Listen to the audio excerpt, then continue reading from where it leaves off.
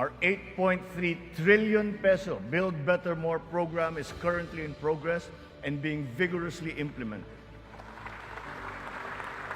The flagship projects cover investments in the areas of physical connectivity, water resources, agriculture, health, digital connectivity, and energy. Physical connectivity infrastructure, such as roads and bridges, seaports, airports, mass transport, account for 83% of this program.